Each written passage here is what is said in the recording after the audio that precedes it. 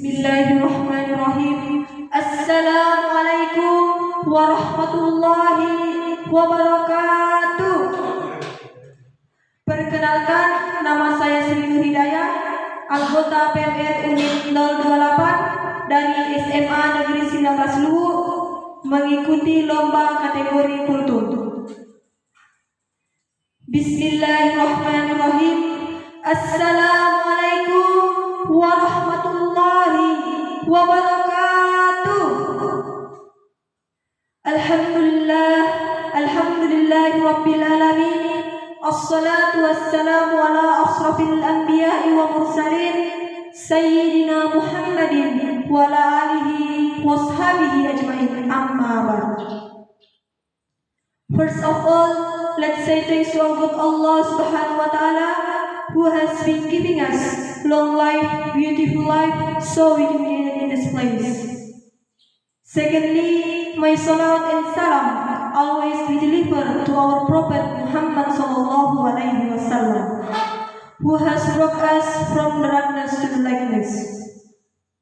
Hadirin yang dirahmati oleh Allah subhanahu wa ta'ala, para ulama banyak menjelaskan mengenai ayat-ayat dan hadis-hadis tentang ancaman orang yang meninggalkan sholat.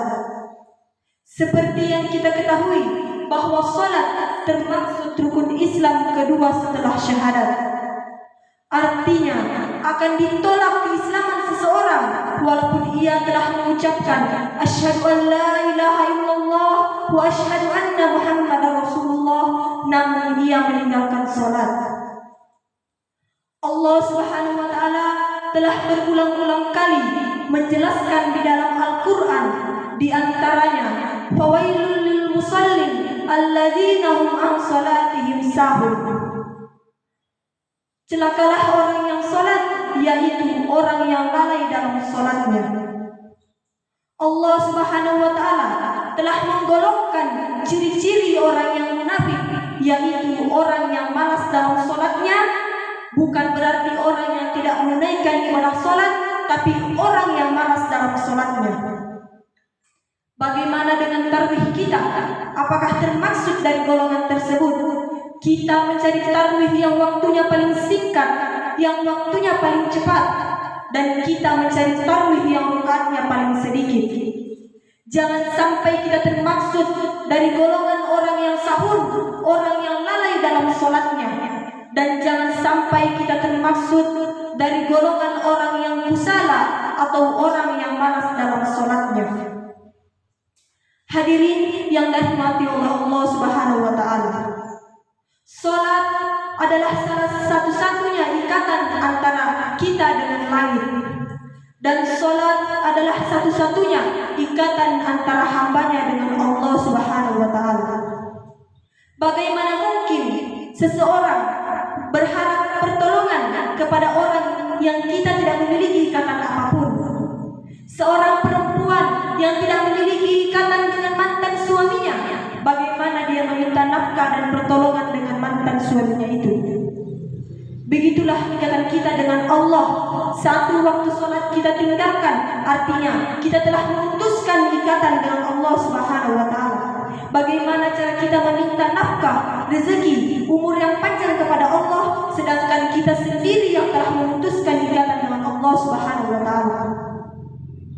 Salat adalah ibadah yang tidak dapat kita abaikan. Kita tidak apa-apa tidak membayar zakat apabila kita tidak mampu. Kita tidak apa-apa tidak menunaikan ibadah haji kalau kita tidak mampu.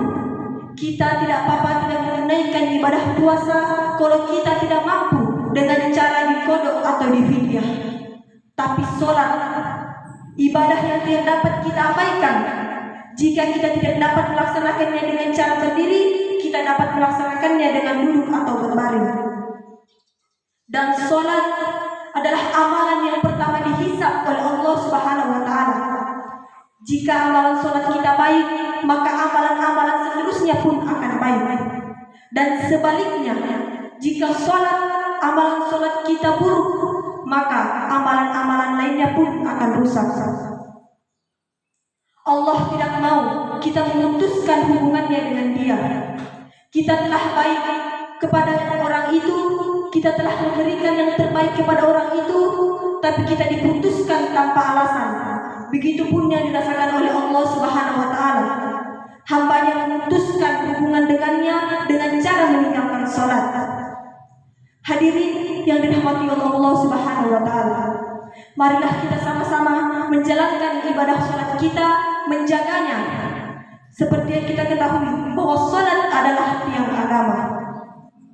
Mungkin cukup sekian yang dapat saya sampaikan. Semoga dapat bermanfaat untuk kita semua. Jika ada benarnya, itu datangnya dari Allah Subhanahu wa taala, dan jika ada kurangnya, itu datangnya dari diri saya sendiri. Saya akhiri dengan ucapan fa bi ayyi ala'i rabbikuma tukadziban. Assalamualaikum warahmatullahi wabarakatuh.